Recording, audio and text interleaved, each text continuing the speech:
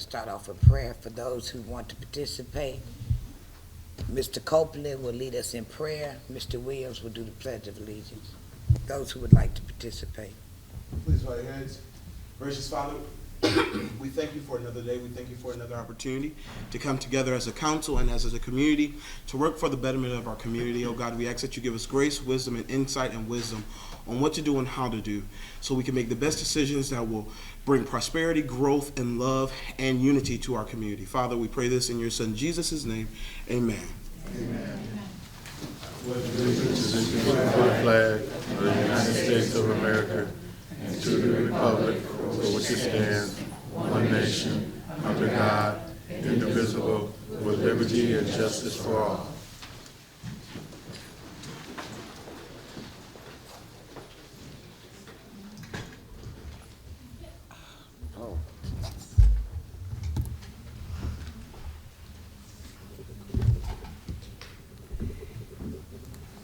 I'd like to say good evening again. This is a public meeting, and the audience is asked to refrain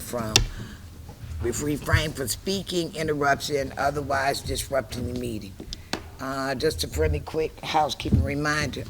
All city council members, please put your phones on vibrate. Audience, if you could do the same, I would appreciate it.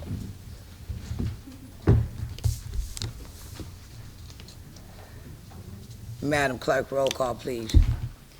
Councilmember Lamar Sylvia. Present. Councilmember Williams. Present. Councilmember Bench. Present. Mayor Pro Tem Balls. Present. Councilmember Scherzer. Present. Councilmember Ostache. Present. Councilmember Flores is absent. Councilmember Copeland. Present. Mayor Moore. Present. We have 8 members present, 1 absent. You have a quorum. Do we have any announcements? I do have one, Mayor. Election is fast approaching, Tuesday, November 8th, so if you want to vote absentee, you don't need a reason. You can just vote absentee. The ballots are available at the clerk's office during regular business hours, and sample ballots are available as well, so you can study what's on the ballot. Mayor, with that, we are now at public input. I'd like to welcome all those who signed up to address the council tonight. Please speak slowly and clearly so we don't miss what you're trying to say to us. You will be called to the podium by the city clerk. Speakers will have 3 minutes limit, which will be timed by the clerk, so be sure to cover your main points. This is just a friendly reminder. We will be courteous and respectful to the members and the public and those who are watching on SGTV and in the council chambers, so that we can take prayerful considerations of what you're asking us. Madam Clerk. Our first speaker tonight is Lisa Coleman.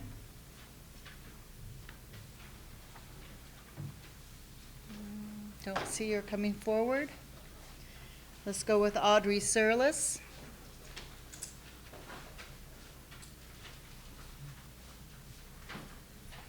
Hi, my name is Audrey Searles. I've been having trouble cleaning up my yard. I've been getting tickets on my door to get my yard cleaned up. It's just me and my fiance. I just had heart surgery done, and they've been giving me tickets for the past 6 months on my door, and I've been trying to clean my yard, and it's getting me frustrated. And then, yeah, that's all I had to say. You're welcome. Our next speaker is Tracy McCloskey.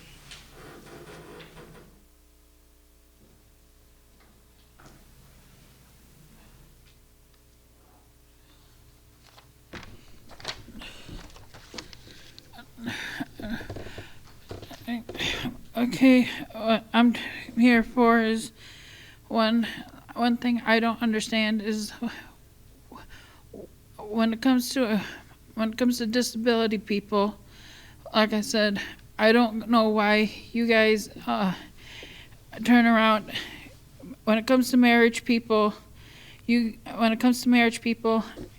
have a right to working people. You guys don't take away their money. When it comes to working and disability people, you don't take away their money. They make more than 2 disability people. Two disability people, you want to take away their money. That's not right. we gotta survive. We only get paid once a month. And like I said, we should have a right to get married as well. We should have every right. What gives you the right to run our license and not tell us we are not allowed to get married? And second of all, when it comes to driving, like I said, when it comes to driving, you allow drinking and drivers to drive. You allow people with strokes that cause accidents, drinkers cause accidents, people with asthma attacks, they cause accidents. Like I said, there's many disabilities that cause accidents. Like I said, diabetes, when their blood sugars drop slow, they don't got enough time to get themselves some sugar to cause accidents. So what's the difference of even when it comes to a seizure patient? Like I said, you think seizures are just people that just shake on the floor and drool or choke on their phlegm? No, there's all different types of seizures. There's seizures people that know ahead of time before they have a seizure, enough time, and there's people that can fight their seizures before their seizures come on. Enough time to get out of the vehicle before they end up having an accident. So like I said, why can't they have a license as well? Because like I said, there's many people causing accidents. They're just as a disability no different than those.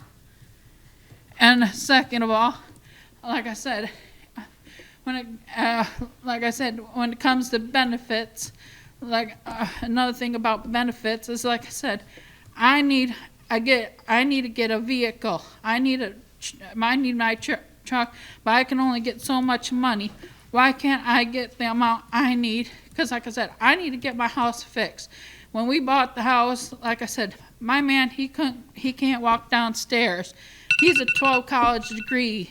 But like I said, but the thing is that he can't. Ma'am, your time is ended. Well, like I said, I can't understand. But like I said, my house needs to be fixed, and I need more money out of my benefits. Okay, thank you, ma'am. Our next speaker is Anna Patton.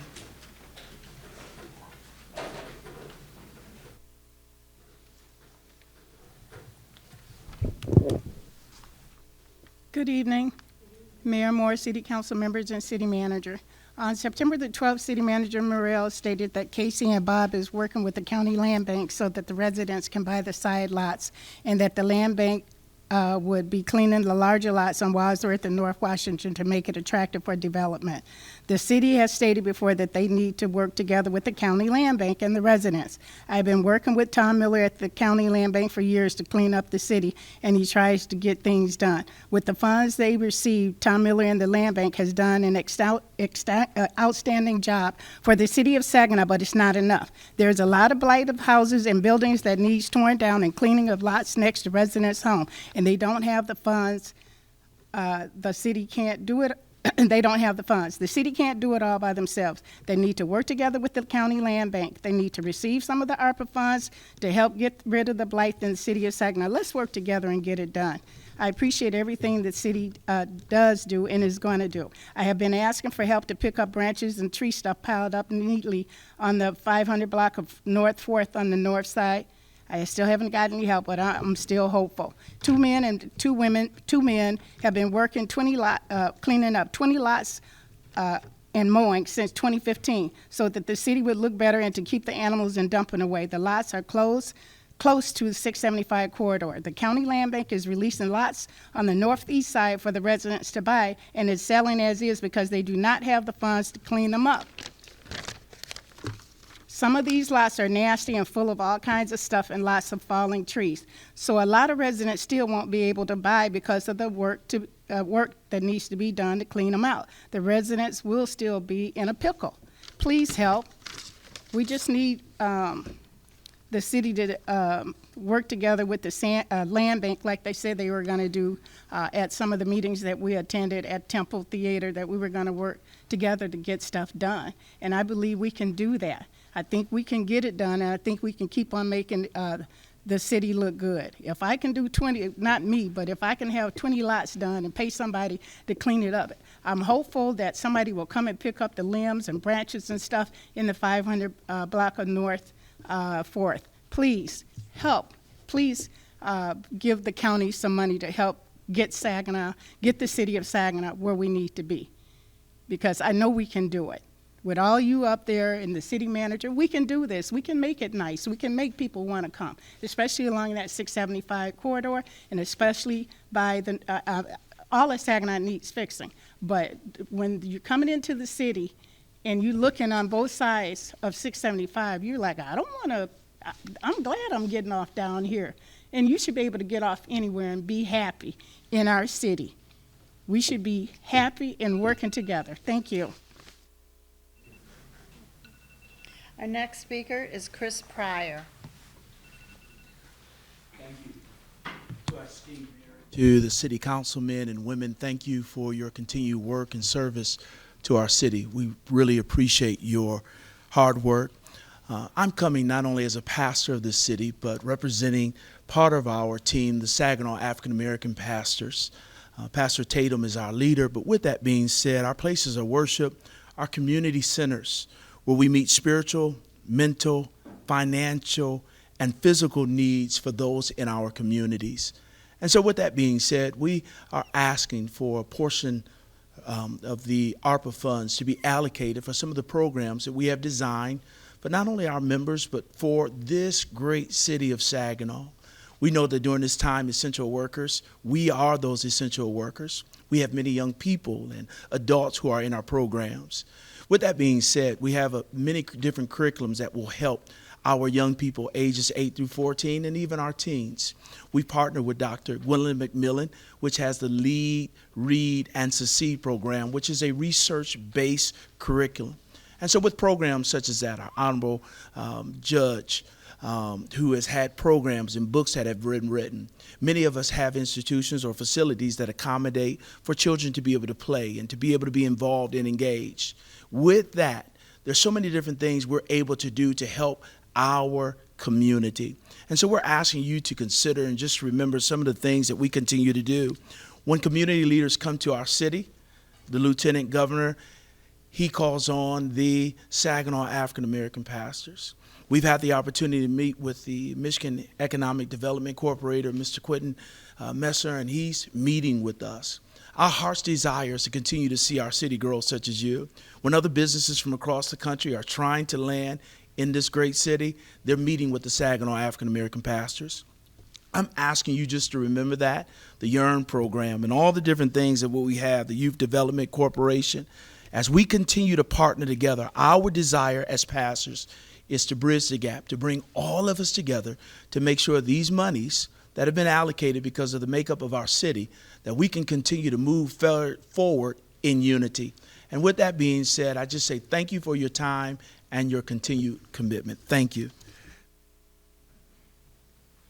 Our next speaker is Reverend Hurley Coleman.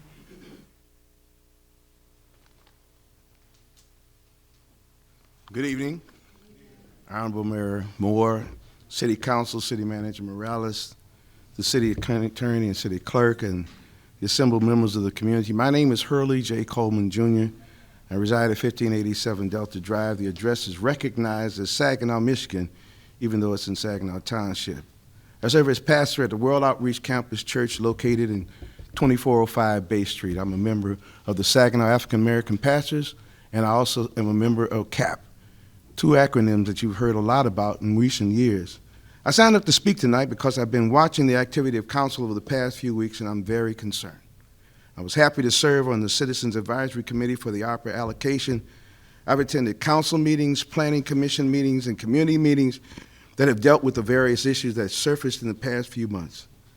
I have not seen the recent level of community engagement relative to the actions of city government in this city in 21 years that I have served as pastor of the church. I personally ask you, council, and you, Mr. Manager, to take full advantage of this interest and not take it for granted. The past few weeks make me feel as if my request was not fully appreciated.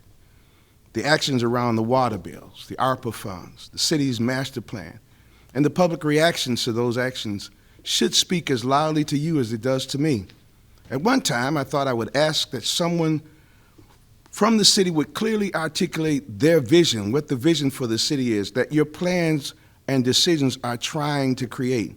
I realize now that it is truly clear, even if it's not stated. In my humble opinion, this vision that is being proposed and being planned and put forward is improved housing opportunities, expanded business opportunities, and even services for a community, but for a community that does not yet exist.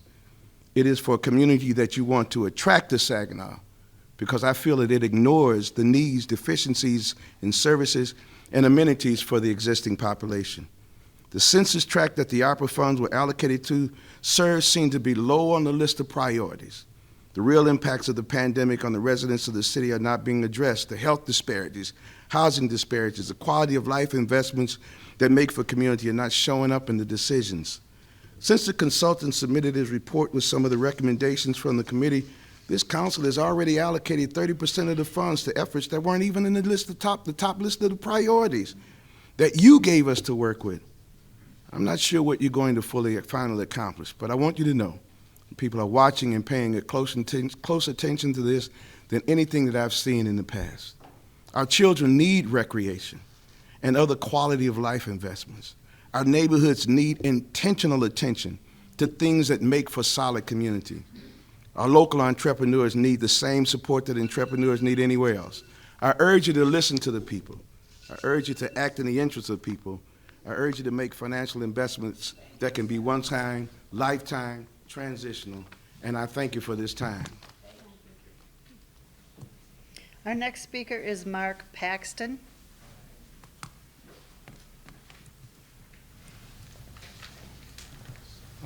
The first thing I want to say is that I wear hearing aids, so if you have specific questions, you have to look at me because I'm going to read your lips. I'm probably not going to hear you, okay?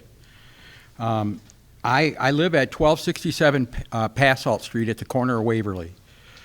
And technically, I'm a township resident. I live directly across the street where the new school is going up.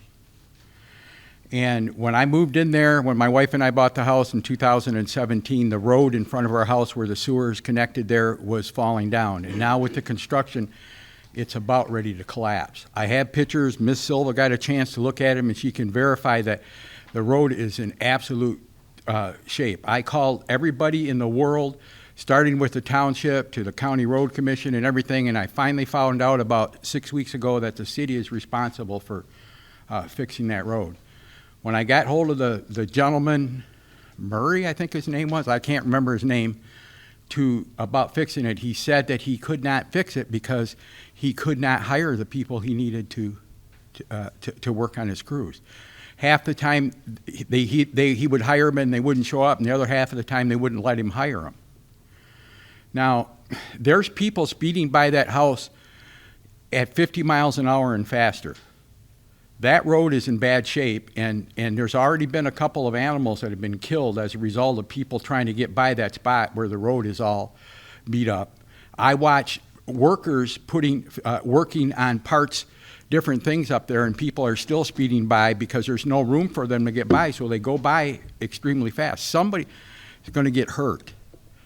Somebody besides an animal is going to get hurt, and we need to do something before that is a child. There's no sidewalk across the street where there used to be, where the kids from Saginaw, wrong school, Arthur Hill walk home and stuff down there because it's the entrance to the construction site. Those kids are walking in the street on a road that is dilapidated, and people are going. It's a 25-mile-an-hour school zone. Nobody does anything about that. That's not what I came here to talk about. I can't get anybody, the city or anybody to set up speed traps. But the fact is we got to fix that road. I was in the military my whole life, and part of my job was repairing those type of things for flight lines. And even though the main sewer that's coming up out of the ground is intact, I can tell you, just by looking at the pictures, that the horizontal pipes down there are cracked and there's water leaking out, and that is going to collapse. I can't express it anymore. I'm very appreciative of your time, and I don't know how much time I got left, but if you have any questions, just feel free. Are we done? Thank you. That was perfect. Our next speaker is Carly Hammond.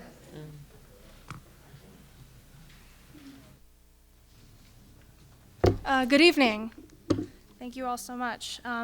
I'm speaking today on the master plan that the City of Saginaw is currently voting on in council. It is before you today to pass. I would urge you not to pass that master plan today and to use at least the full allotment of time as resolution you gave yourselves in the last city council meeting to extend the time period to allow for more revisions and public comment. The Planning Commission had given themselves up to 60 days. They did not take that full 60 days to review the master plan, to do public engagement, as they said. There was no further meeting.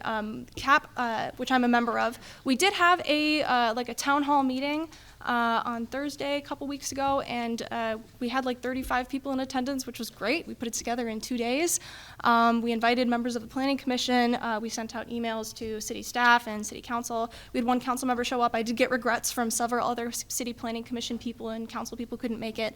It was a really great meeting where we introduced this document. It's a Saginaw CAP master plan that we put together. This is not a full master plan. It is not 200 pages, but what we wanted to do with this document, which is the result of the efforts of the past year and a half of Saginaw CAP, is to introduce a framework and a vision for the entire city that puts residents first, and to just talk a little bit about it. And this is in the summary of what we're trying to do here.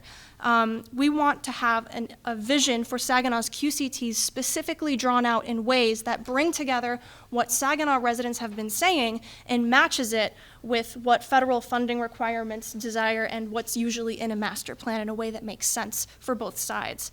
It does not include rezoning North Side as light industrial, I will say, and I don't believe I've spoken or heard from a single resident who does want that, so I wanted to specifically point that out today, because it is in the current master plan that is being considered.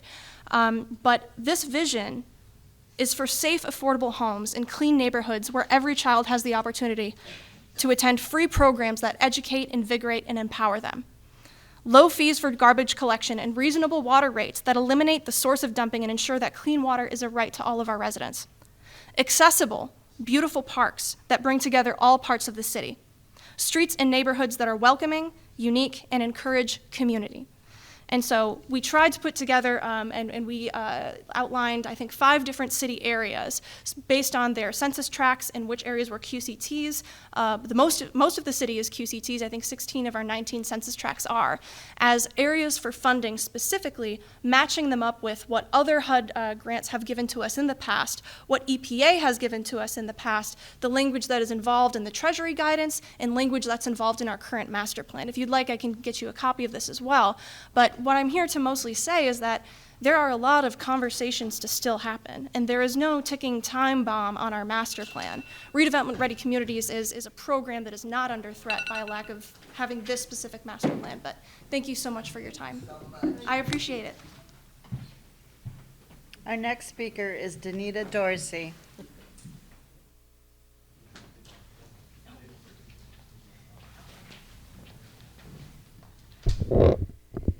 Good evening, everyone. Danita Dorsey, city resident. A master plan is a long-range planning document that guides changes in the built environment by analyzing current conditions and outlining a path forward for growth, development, and reinvestment.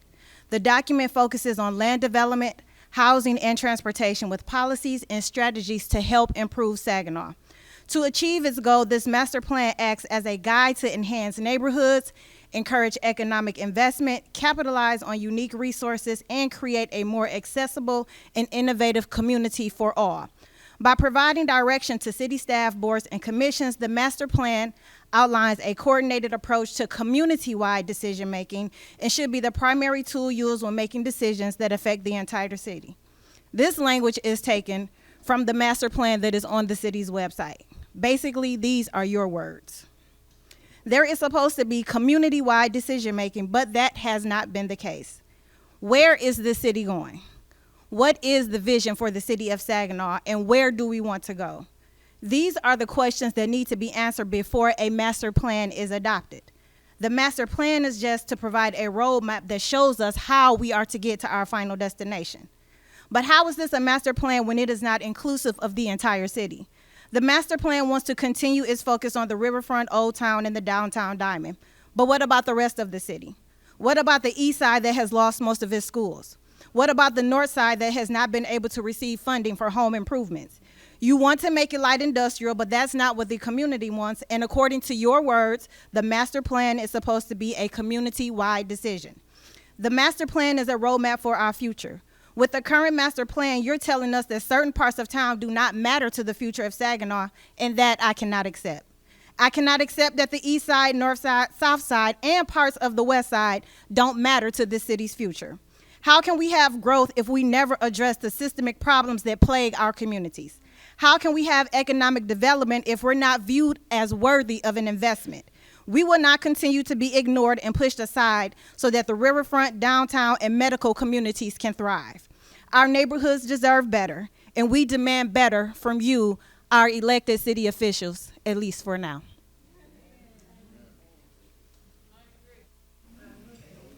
Our final speaker tonight is Tarsha Works. Hello, everybody. Madam Mayor, all the council reps. My name is Tarsha Works, running for Saginaw County Commissioner, District 3. I am actually running because I want to help make a difference and be the voice and hold a seat at the County Commissioner's Board. I hear all of the complaints that our constituents have, and it doesn't take one person to make a difference, but one person can work together on a team and working with the entire county to make a difference. I understand that you all are doing what you can do in your power with the ARPA funds, not talking about that, but I just want to be in a position to help, add insight, bring my creativity and experience as a county commissioner to work on the commissioner board and hopefully have conversations with city council to make some of the tough decisions. We understand that entrepreneurship is a key issue, the ARPA funds, that's the talk of the town. Well, one of the things with entrepreneurship is to introduce new markets, not just in the medical field, but a lot of different fields, and we need to sit down as a whole to come up with a divisive plan that will take action and put it to work and not just talk about it. So I know that you all are hearing all of the concerns from the constituents, and so is I, and hopefully my seat, if won on November 8th, will be able to make a difference and work with you all collaboratively and collectively. I just want to say thank you for all that you do. I know it's not an easy task. It is a tough decision, and I know that's what I'm getting into as well, but I am built for the job, and I am equipped for those who are watching at home and in here that reside in the county. Just give me a shot. Tarsha Works. I'll work for you.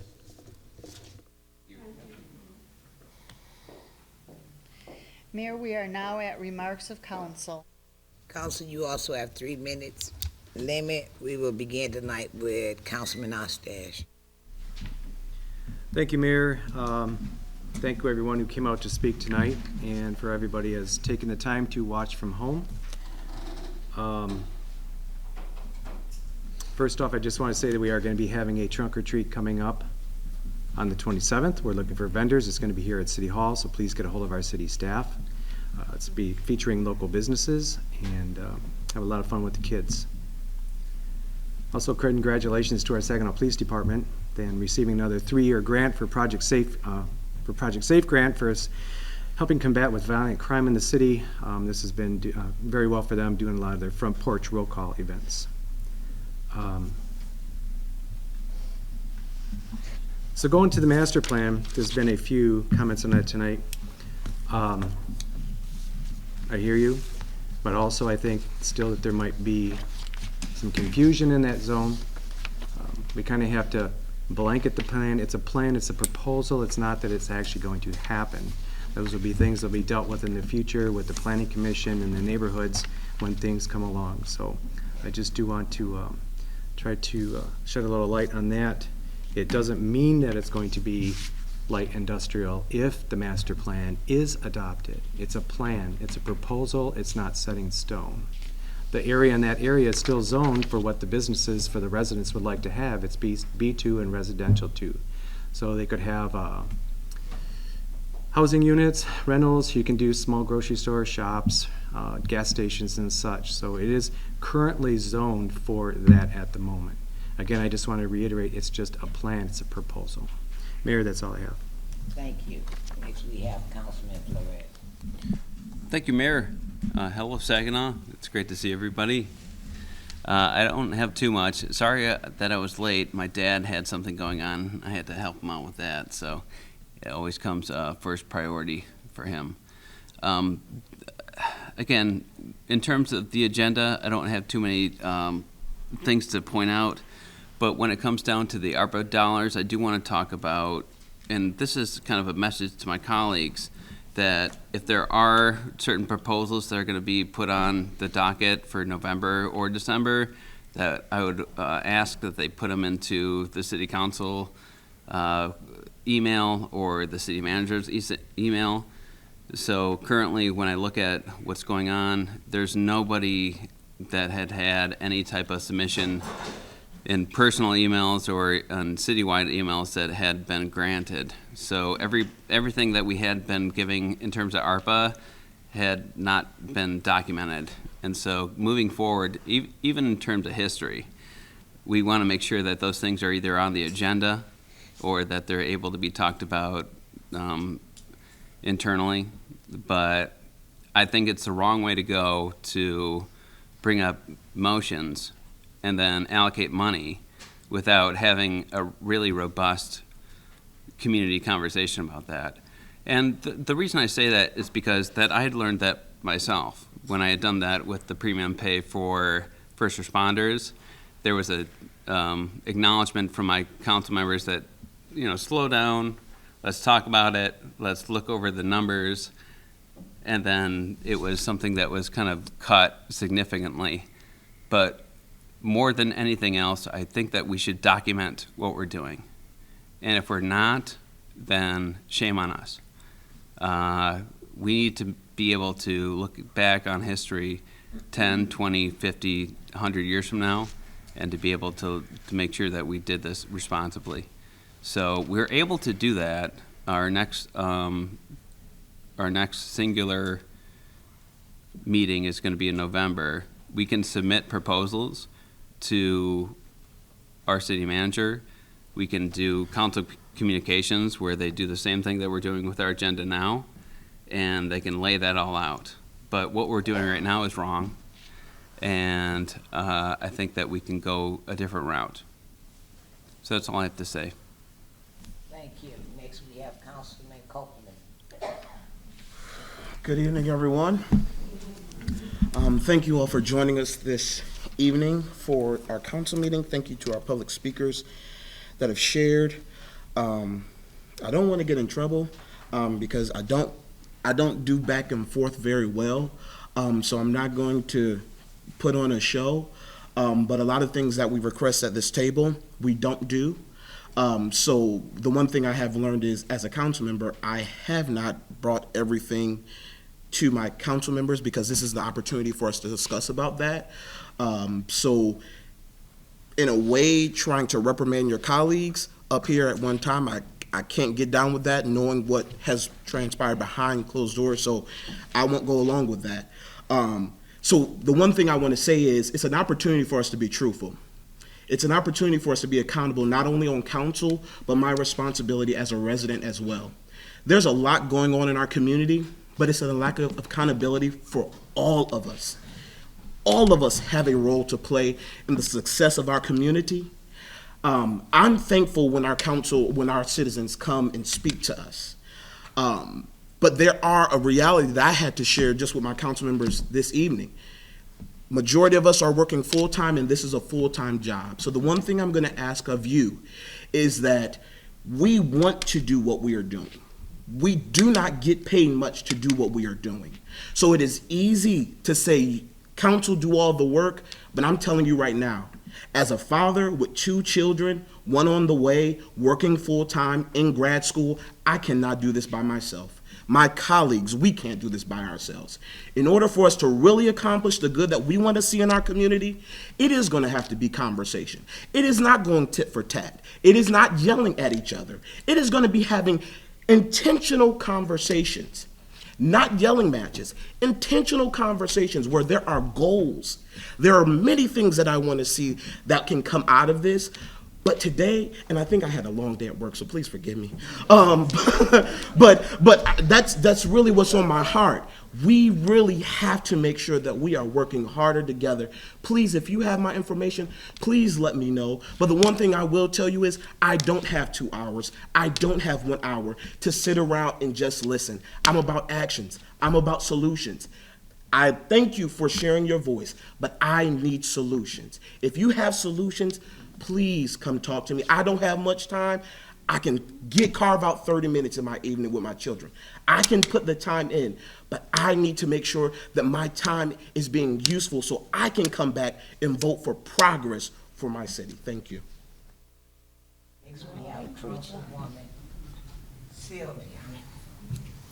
Good evening, everyone. First of all, I'd like to say thank you all for coming to City Council. Thank you to all of the speakers, and I'm going to keep it short. I'm going to have to keep it short. I'm going to put it like that. And again, thank you. Have a blessed day, and I'm going to pass it on. Next, we have Councilman. Thank you, Mayor. Good evening, everyone. Good evening. Thank you to our speakers that came forward tonight. Appreciate everything that's been stated. I will have to concur 100% with Councilman Copeland. That's my sentiments have been that way since the beginning. We need everyone. We absolutely need everyone. And on that, even with these ARPA dollars, I've been for the past several meetings, been asking for input from our youth community. And again, Mexican American Council, they keep stepping up to the plate.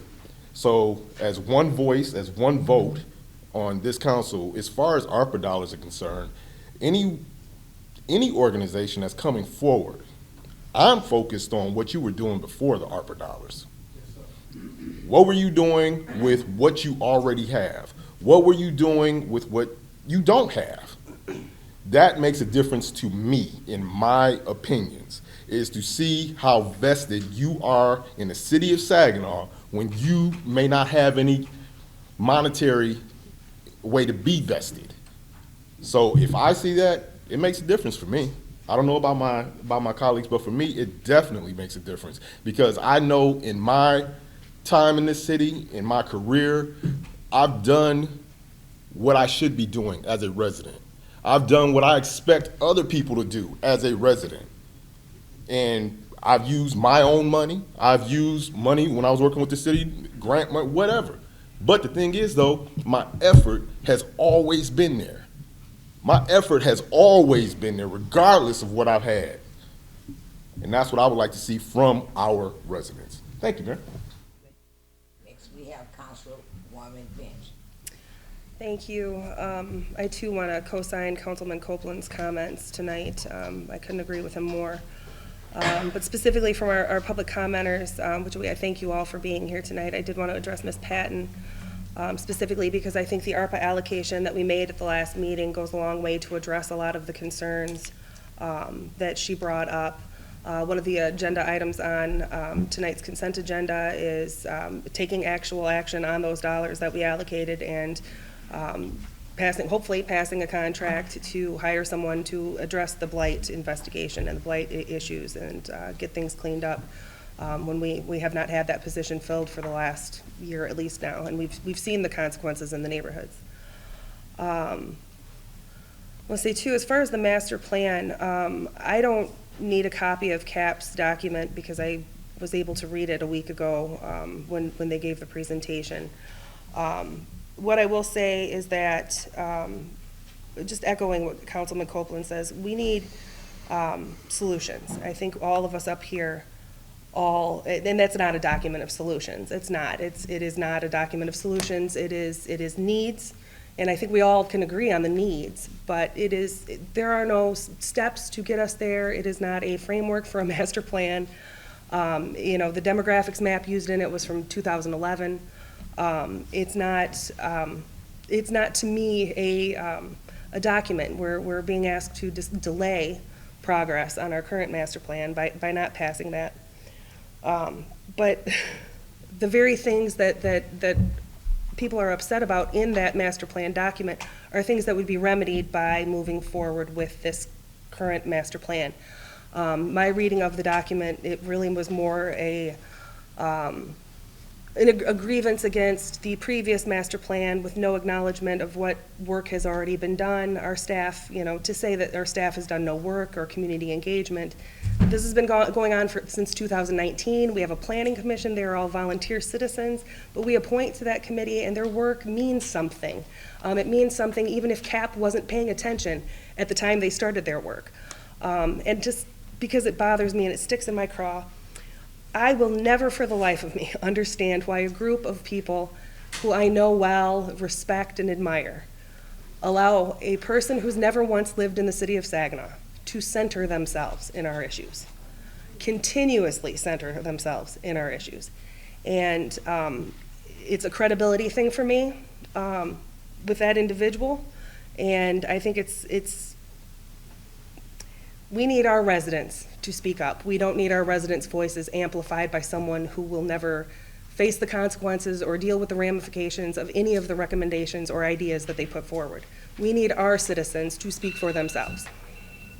That's all. Thank you. You have Council Sharjah. Thank you, Madam Mayor. I want to thank the public speakers as well. I've always shared the sentiment that hearing from our constituents and the things that are good or bad is definitely important to us. And I will always say, we are listening, we hear you, and we are residents in this community as well. So we understand, again, the good and the bad. So, but always thank you. We love to see full council chambers. I want to share my excitement for participating in MML next week. I will be moderating, which I'm very excited for. So looking forward to spending time with fellow council members, learning new ideas, topics, discussions, all that great stuff. Huntington Bank is having a Saginaw Soup on November 3rd at 6 p.m. at the SVRC Marketplace. So please, all the entrepreneurs in Saginaw, come out. We want to hear your pitches. And also need your votes because your vote determines the winner. So please mark your calendar, come on out, SVRC Marketplace, 6 p.m. November 3rd.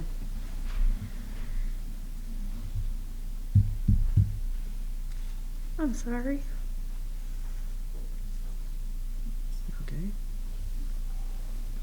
Yeah. Today is World Mental Health Day. And health is just as important, mental health is just as important as physical health. And it doesn't always come as medicine. Most of the time it comes from your peace of mind, your peace of your heart, a piece of your soul, laughter and love. And mental health took my little brother last week. So whether you're suffering, surviving, or overcoming, someone is always there for you. That's all I have. Thanks. Thank you. About your little brother.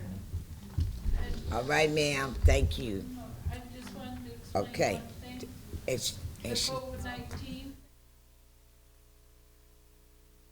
Excuse me. We can't, excuse me, ma'am.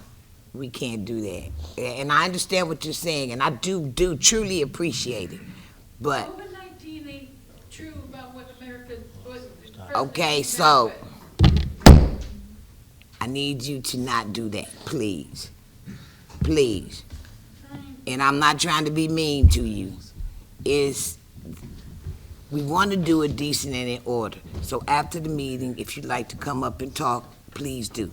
Okay? Okay, I will. Thank you. Because I don't want you to know the true meaning of it. Thank you, ma'am. Next, we have Mayor Pro Tem Balls. I'd like to thank everybody for coming out to the meeting today. I'd like to thank the pastors for coming here. Everybody got a lot of parishioners that's invested in the city of Saginaw, and I appreciate you guys coming forward to bring your concerns. I wanted to read an article that I read in MLive, October the 6th of 2022. It said Michigan has a new most violent city, FBI statistics revealed. The FBI said in its annual report compiling 2021 crime statistics reported by most police agencies across the nation that Michigan had 4 of the top 20 most violent cities in the nation, including Saginaw, Detroit, Kalamazoo, and Lansing. There are 4 communities with the fewest reported crimes: Independence Township, White Lake Township, West Bloomfield, and Orion Township. Saginaw in 2021 overtook Detroit as the Michigan city with the highest violent rate per capita. The cities are ranked 4th and 5th respectively in the nation. That's according to a per capita data collected by the FBI in 2021 from 852 municipalities with more than 30,000 residents. The number of crimes in Michigan increased at a more rapid pace than the average. Violent crimes in Michigan increased by 4.7%, property crimes by 5.8%. Homicides decreased by 6.3% in 2021. Michigan Sheriff Association director said, and I quote, he attributes some of the increase in the nation crime by people talking about defund the police movement that arose in the wake of the George Floyd police brutality protests. The profession has been demonized by federal, state, and local politicians and has hampered law enforcement's ability to perform their duties of keeping the community safe. I say BS to that. The George Floyd incident only came to light because people had a camera on what the man did and everybody found out what he did. It ain't about defunding the police. We ain't talking about defunding the police here in Saginaw, Michigan. What I want to happen with these Harper dollars is that we need to put more monies into improving our community centers. Mentoring give mentees the opportunity to see a different way of life, open up their eyes to the possibility that their future could hold. Mentees gain a friend and someone they can trust, and someone that could be there for them when others are not. Trained volunteers are matched with at-risk children and meet regularly at community centers and recreation centers where the kid resides. Community centers keep statistics too for their programs, if they are open. The statistics are kept too about kids who do not go to community centers by the FBI and the police departments. I would prefer for us to have statistics from community centers than statistics from FBIs in our communities. We do not need to invest more money in jails. We need to invest more money in community centers. Frederick Douglass said in 1855, when he had a dialogue with white slave owners who could not and would not comprehend that slavery was morally wrong, and it was during these communications that he wrote, "It is easier to build strong children than it is to repair broken men and women." Let's build community centers so we don't have to build bigger jails and prisons. Everybody knows that association brings about assimilation. If you send a kid to jail, more than likely he's going to come out and be a bigger criminal. If you send a kid to a community center where he can meet mentees, he's probably going to be a better community person. So we must, as a committee, bring more funds to community centers here in the city of Saginaw. Thank you. What can I say? My public speakers, I thank you so much. I hear you. I need you. I say that every meeting. Change don't happen because you get up and you tell me about election, what I'm not doing. Let's start talking about what I am doing, okay? I'm not going to the conference next week, okay? And I'm not going because I've got meetings set up to try to get us some more money up in here. When's the last time you asked somebody to give us something? I understand, yes, it's my job. And for those that don't know me, you need to get to know me. And you will find out that I love my city. When we talk about the master plan, it is just a road map. It is not etched in stone, and it can be revised. If we stop the progress, we get nothing. Are you not tired of having nothing? Are you not tired? I'm tired. I'm tired.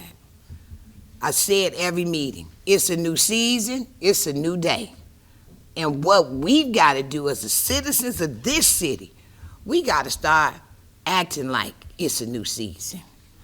If you speak it into existence like it is so, my pastors will agree with me. It can come into fruition. I would love to see a whole lot done in Saginaw, but the little money that we got, let's be honest, that's what it is, little money. Yes, it's election time. I'm tired of hearing that one. It's election time. Please understand me when I say I love my city, but it's not going to kill me. I can work outside of this table. So, at the end of the day, I need everybody to understand. If you love this city like you say you do, past 3 days, I've been sick. Don't make no sense for this. When's the last time you did something to help somebody else? When is the last time you told somebody that you loved them other than your family member? If you're not doing what you're supposed to be doing, how dare you point fingers? If the trash is on the thing, yes, I said it, pick it up. If it's on the ground, pick it up. And at the same time, what I really would love to see is, instead of us fighting over this money, can we just get along? Can we come together? Thank you. Madam Clerk. Mayor, we are now at the reports from the city manager. Thank you, Madam Mayor. So a few council members asked for updates on ARPA from your last meeting. So last meeting, council allocated $11.6 million to housing and blight-related categories. And also at a previous meeting, $1.2 million to demolish remaining buildings excluding the Fairgrounds Gate at the Saginaw County Fairgrounds, currently owned by the Saginaw Housing Commission. So we're now working to move those items forward. With the $1.2 million Fairgrounds allocation, the city attorney, with assistance from city staff, has drafted an agreement between the city and the Saginaw Housing Commission to demolish the buildings and prepare the site for development. That agreement was forwarded to the Saginaw Housing Commission director for review and comment about a week ago. There were $3.8 million allocated to Saginaw owner-occupied home rehabilitation programs, $5 million for a revolving loan fund for residential and commercial properties, and $2 million to address food insecurity, food desert challenges via the rehabilitation of an existing vacant or blighted structure, and $800,000 for environmental investigation cleanup and blight elimination, both personnel and equipment. Regarding the $3.8 million in home rehabilitation and $5 million revolving loan fund, city staff will continue to work with Guidehouse to develop an application process and the guidelines. So we should have a proposed concept and process soon, and we've already been receiving calls since the last council meeting, particularly about the home rehab. So we will announce when that is open for applications. We'll have to have an application process similar to what we do with our block grant home rehab program.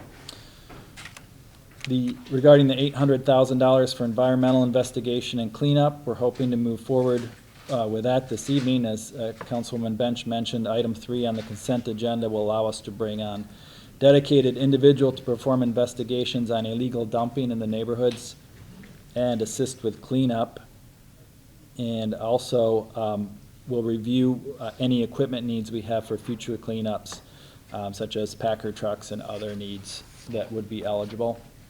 Finally, the $2 million allocated to assist with the challenges of food insecurity and the food desert. We have met with an organization that has been working on that for probably over a year, actually a few years, but we're seeking a firm to conduct a feasibility study for a location and viability of a food co-op or other options. Currently, other cities in Michigan are working on a similar project, so we plan to reach out to them and see what they're doing for their analysis on location and type of service. And just a few other items outside of that. I did have the opportunity to meet the governor's new community affairs liaison for our region.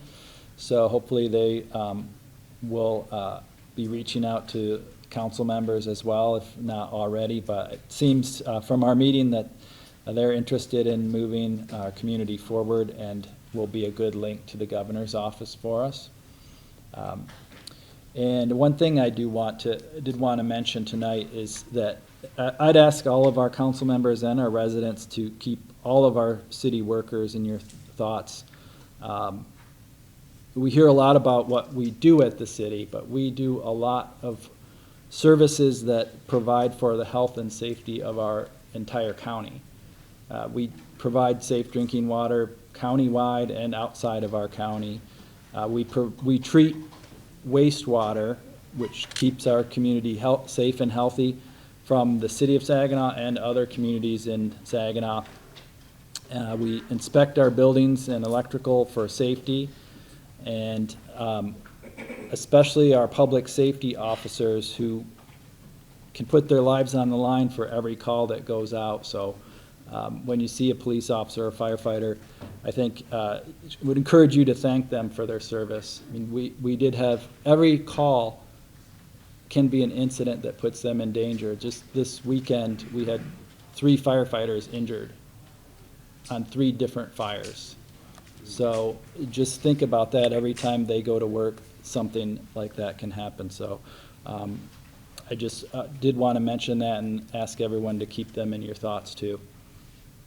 And finally, I did want also to congratulate retired SVSU President Don Bashan on naming the Bashan Hall at Saginaw Valley State University. Councilman Copeland was there, and I know the mayor was there, but President Bashan did take an interest in the city while he was the president of SVSU, and helped us with a lot of analysis that we had to do for our federal grants.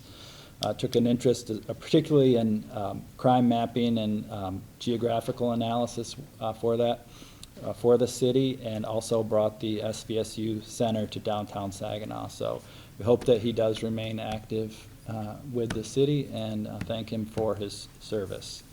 So with that, Madam Mayor, that concludes the management update. Do you have any questions for the city manager? Yes.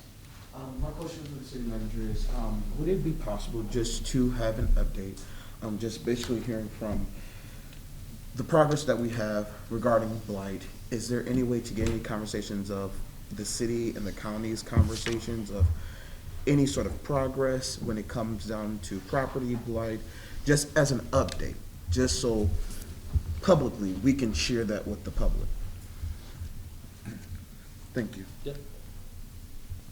I'm done. Yes. Thank you, Madam Mayor. Mr. Morales, we were talking about, I was looking into information in regards to spending opera funds that we've already done. And I did notice that the fire truck is also in there. It wasn't mentioned, but from my understanding, when we approved that, that came from the general fund, from the general budget, but now it's in with the ARPA funds. So should that be there, or? It was in the council communication from the revenue loss funds. So that's a part of revenue, lost revenue? Yes, Okay. that's where that would come from. Okay. And also, I was wondering if, well, myself, I don't know if any other council members may need it, but get a line item for the 285 and the different accounts in regards to that. Sure. Okay, thank you very much. Yes. To piggyback off of Councilman Copeland, in that update, can we, if there is a way to know where we were a year ago as far as blight is concerned, where we are now, and what we are projected to look like a year from now, if that's possible, to get something like that, just for where our citizens can know where we're going and where we come from. Yes. Thank you. I think it's with Councilwoman Lamar Sylvia. So with the allocations from lost revenue, are any of those coming out of the motions that we made last meeting or the special meeting? We'll have to review, I think, the rules, because some of them probably will. Probably some of the blight items will be, but that's all part of the process of reviewing it, which is why I think when council's considering it, I don't think you necessarily think what's from the revenue loss and what's from the regular, because we may get into a program that you want to do and say it's better to pay for it out of this revenue loss money because you have more freedom to move the funds around. So that's, I think, part of our administrative process that we can bring back. Do we know when we can get those numbers? Well, it's probably going to take us a little while to put those programs together when you have that much, which is why I think probably we're thinking at least a few weeks before we go through all those rules. Okay. Is there any update on what the mayor talked about with allocations that are coming into the city where she's spending time? Let me answer. I have sent out stuff to some citizens in the city on recreation, on the desert bank, on money that we can get for housing, on all types of programs. It's not that I'm out on some recruitment thing. The money is there, and somebody's got to ask. You're more than welcome to get on the bandwagon with me to go and start asking. We have not because we ask not. And some of these funds that are out there, I don't do anything without talking to the chief, the city manager. So when I'm going and I'm doing stuff, because of my affiliation with the Michigan Municipal League, National Leagues of Cities, and other surrounding communities, they send me the information. So every time we talk about ARPA, and Yolanda and Lloyd and Mr. Morales will tell you, I'm telling people, look, the water department, we getting ready to get a bombshell dropped on us Friday, I think. And so I won't even let the secret out the bag. So we got money coming. We got money coming in. Dan Kildy's office is on my speed dial. The governor's office is on my speed dial. And that's only because we want a better city. So when you asked him to give you a report on what I'm doing, don't ask him, ask me. But that's ambiguous, so can we all talk about it in public about what they're trying to get in terms of money? That's all. There's different pots of money out there, and you just because it's out there don't mean you're gonna get all of it. So when I go ask just so that we can help. Add to the pot. Because ARPA dollars are not enough. Let's just be real. These dollars are not enough. We need some additional money. Did that answer your question, Ms. Flores? It doesn't. But where is he going to go and talk with people? I'm sorry, I don't know the avenues. That's all. And if we could do a report that's separate, internally, we could do that. But that's what my question was involved. Because he's not going to be at MML. That's all. Pardon me? Huh? I didn't hear the last part. Because you weren't going to be there, right? Because you had to do other appointments. I'm not going to be there because, let's keep it real, it's an election year for me.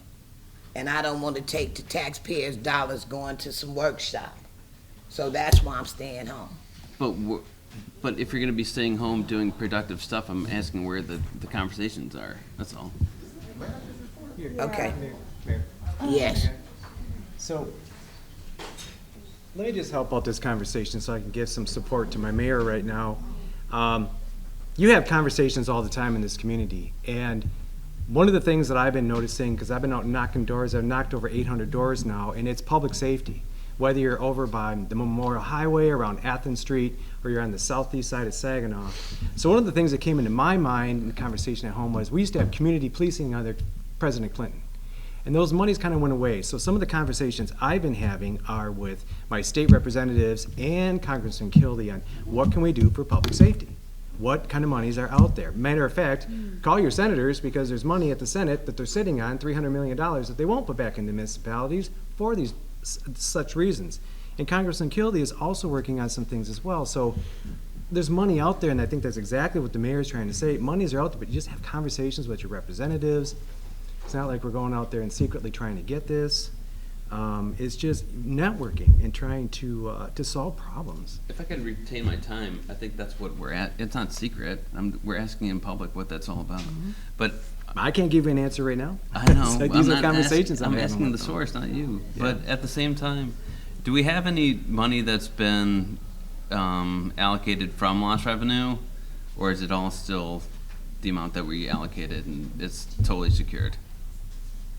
Hold on, please, just give me a minute. Do we have any money that's been allocated to lost revenue? Point of information. What's the question you're asking? Have we had, so we had allocated money to lost revenue, correct? Correct. Do we have any of that spent at any point in time? We just talked about the fire truck. Okay. That's from lost revenue. So I just mentioned there's probably parts of the blight that is gonna be from lost revenue. Okay, We so don't, that we total- aren't into the report. I think council's gotten this, but the hazard pay was from lost revenue. This was provided to council. Correct. But there's still questions because of the speed that we're doing it and without the documentation that we're doing it, which I talked about in my public comments, where we don't know exactly where the money's coming from. And the public has talked to me about that. I'm just telling you that that's part of the perception that the public is talking about, that we are doing this stuff not with council communications, not with any type of documentation, and that is starting to cause a concern. And I know it's a burden or a headache or whatever, but it is still something that is happening, and that it's a perception of the public, where if we're coming up to this new meeting in November with public health, and people have, and it's apparent that people do have different motions that they want to bring to the table, that they're able to do it through the manager's office, and they're able to bring it, and where we're able to document it and put it in writing, and then talk about it before we come to council like we have before. That hasn't happened yet, and the only allocation that we had prior was to Guidehouse and to lost revenue. So what I'm saying is You also had the fire, what has been generated from city administration has come to you through council communications. Which other than Guidehouse and the lost The fire revenue? truck, the We just got a hazard report pay. last week. Yeah, but We just got a report last week. I think it's very dangerous and inappropriate right now to try and bring or make it look like that the city and city council is doing and mismanaging funds. It is very irresponsible, and that is our responsibility as council. When we have citizens that are questioning our motives and our initiatives, It we should need be to handle, written. we need to handle that right then. Yes. Because we do communicate. And there are things that we do bring as a motion that we don't communicate about. So if that is the request that we communicate, let it be that. Let us not share information that it makes it look like we are doing things close-handedly, viciously. That is very irresponsible. And we've been doing that for a couple of months now, and we gotta cut that out. Correct. Let's be very upfront. If we have a question about what our mayor is doing, ask her. Right now, we are in manager's report, so we can't, there's no questions for her. Or can we move on from this one? Can we come back to order? Yes. Councilwoman Bench. George covered everything I wanted to say, but I want to reiterate that all of these questions being asked by Councilman Flores have been answered by simply reading and paying attention to your packets in your role as a council member, number one. Number two, we, as a majority body, selected that woman right there until the election to serve as our mayor, and we need to treat her respectfully and not impugn her integrity 30 days out from an election. Second, if you are going to act like this body has done something wrong, malfeasance, some sort of underhanded stuff, backdoor foolishness, you can't sit there and ask us to violate the OMA by having these conversations in advance with you in advance of these meetings, because that's what you're asking us to do, to have these private conversations. The conversations should be had here when the motions are made. So don't, no. We need to get back on task here, but you are impugning the integrity of everyone up here. Where we at? Last question.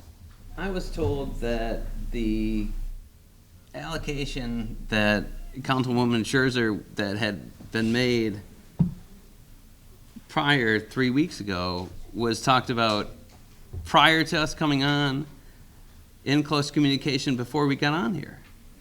So I agree with Councilwoman Bench that we should talk about this in public.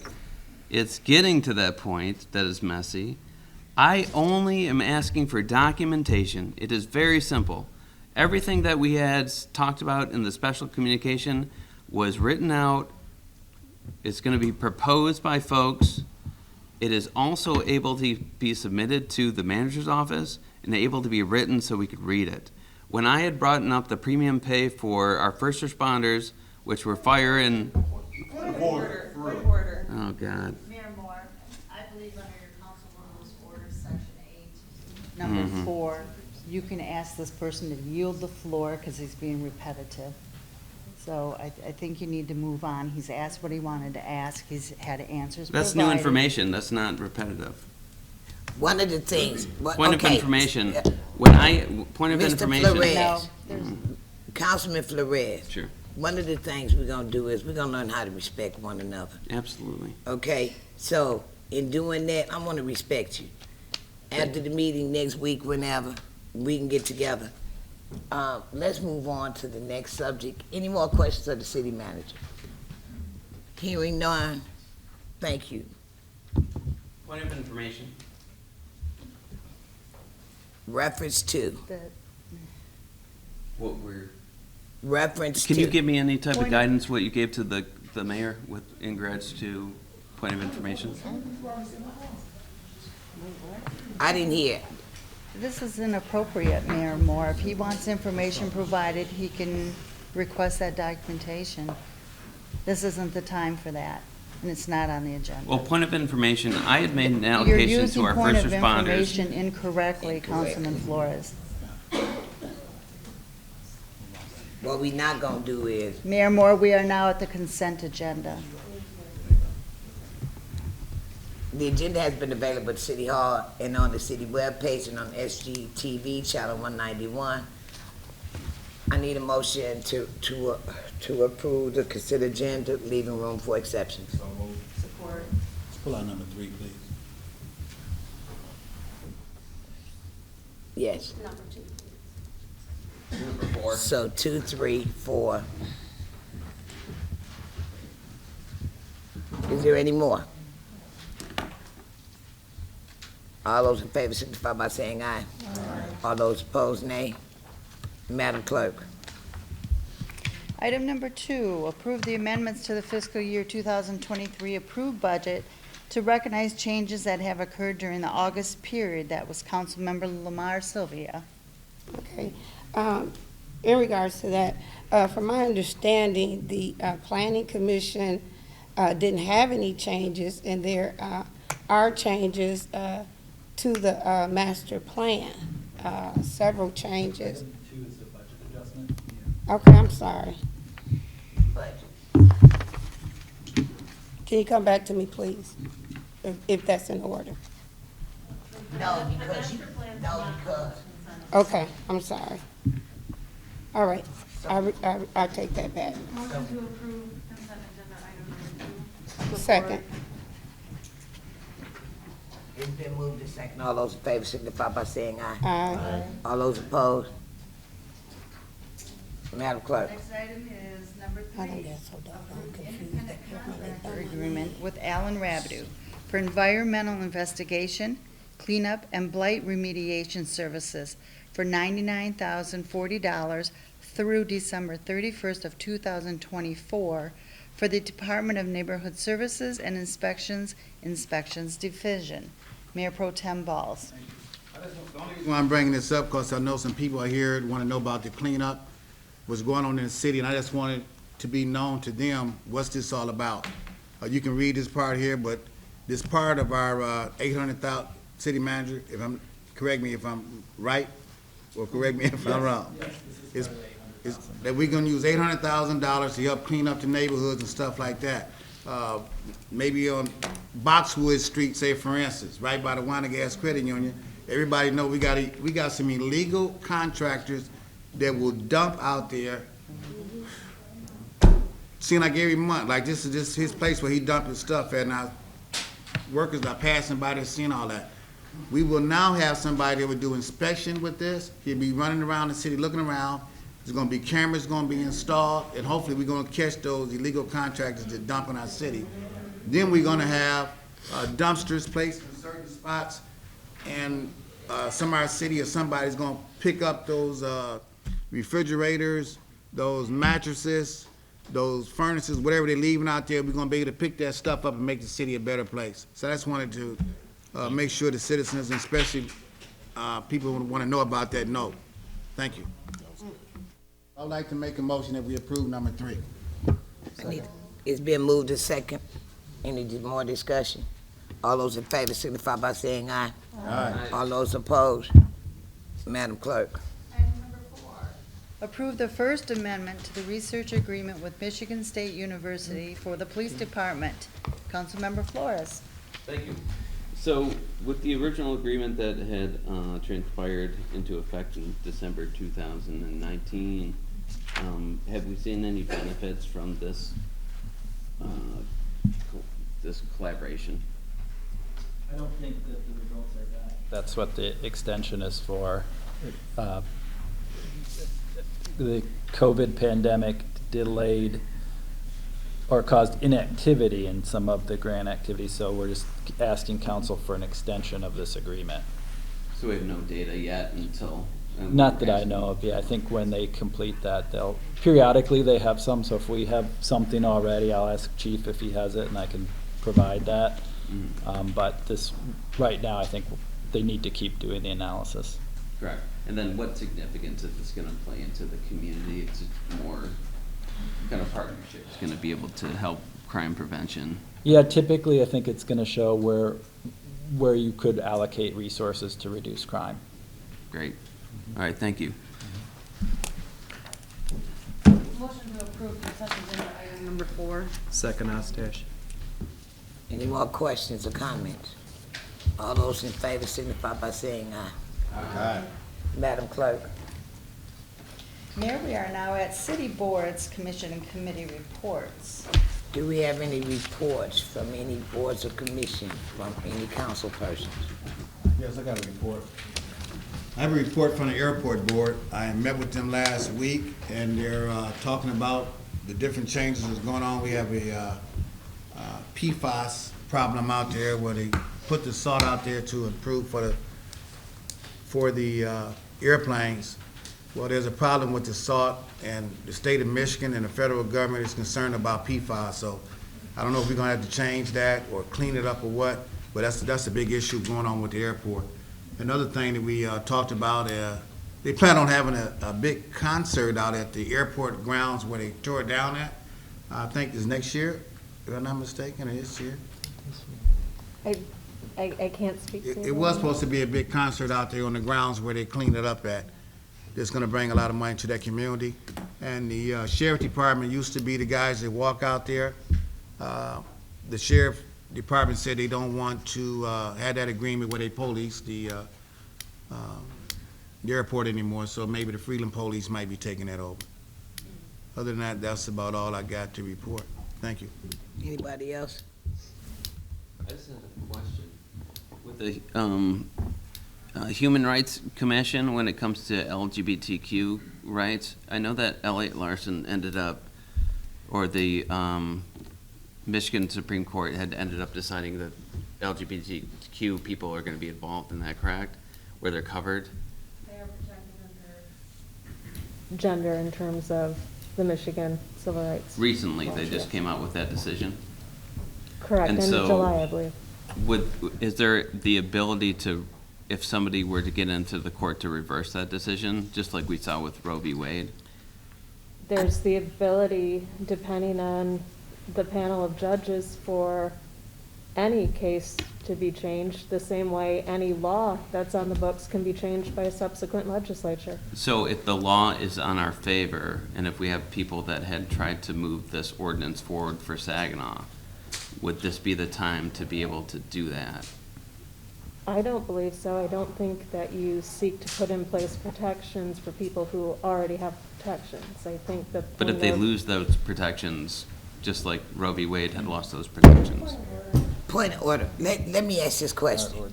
What does that have to do with city boards and commission reports? That question that you're asking, Councilman Flores, can be asked, excuse me, can be asked under miscellaneous. Yeah. I think. He's asking about a subcommittee of council, so I don't think it's inappropriate. A subcommittee that did not report, though. But it's still existing. I'd like to point out that this question has been already posed a couple meetings back by this council member about this legislation. So, Prior to the under the rules, ruling. with being redundant, I think we should move on. So we wouldn't want to codify that, even though we have security from the law. Where I guess we would ask our council members. Okay. All right, thank you. Madam Clerk, councilmen, councilpersons, come on, let's get it together. Let's get it together. Let's do that.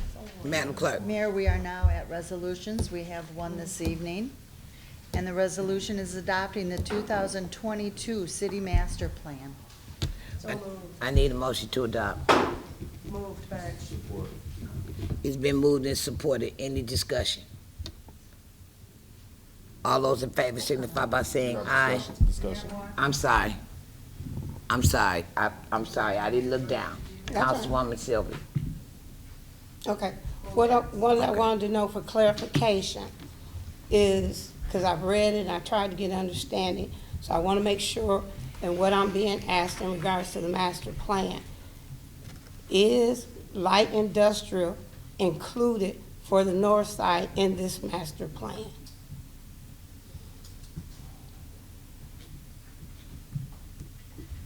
Oh, Bob here. Okay, I'm sorry. I'm looking. Yes, the current master plan includes light industrial designation for the North Washington corridor. Okay, thank you very much. Yes. My question would be, when this, or conversation, when this is passed, since this is still in there, is this going to affect our northwest side right now, or will this have to go before the planning commission if anything changes? Because what I'm getting right now is this is a idea. Not, once this passed, this is not set in stone, this won't go into effect. This is just saying, hey, as a city, this is our idea of what we would want to see if this is approved. As of now, that's just what it is. But for any of this idea to actually go into place, for anything to say, nope, we're changing it now, that will have to go before the planning commission in order for it to be changed in the document and for someone to build a particular industrial business there. That's right. So this is, if you go to the last planning commission meeting, our city planner, Robert Golin, did a presentation that talks about what the master plan does. So you have the master plan and you have a zoning ordinance. Zoning ordinance dictates the laws of what can be there. So right now, the zoning ordinance says that's, I think, mixed use or B2 and R residential. That's what it will remain unless the zoning ordinance is changed. So zoning ordinance changes go before the planning commission and then they come to council. And last question, I'm thankful for the organization that did come and share their concerns about the northwest side, but there is still time for them to have conversations with our planning commission regarding the things that they put in their plan, the things that they've researched, the things that they've brought up. They still have time to have those conversations with the planning commission, because at the end of the day, they're going to be the ones that actually make that decision. There's still time for every citizen in Saginaw, not just one area, but every area that's governed by the plan, by the master plan, to have conversations with the planning commission, yes.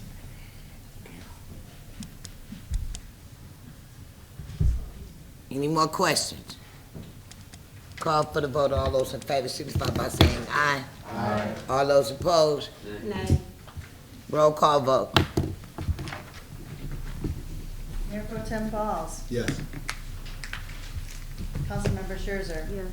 Councilmember Ostache. Yes. Councilmember Flores. No. Councilmember Copeland. Yes. Councilmember Lamar Sylvia. No. Councilmember Williams. Yes. Councilmember Bench. Yes. Mayor Moore. Yes. You have 7 yes, 2 nay. Your motion is approved. We are now at miscellaneous business. Do we have any miscellaneous? Need a motion to adjourn. So moved. Okay, wait. We had to move to second. All those in favor signify by saying aye. Aye. All those opposed? Thank you so much.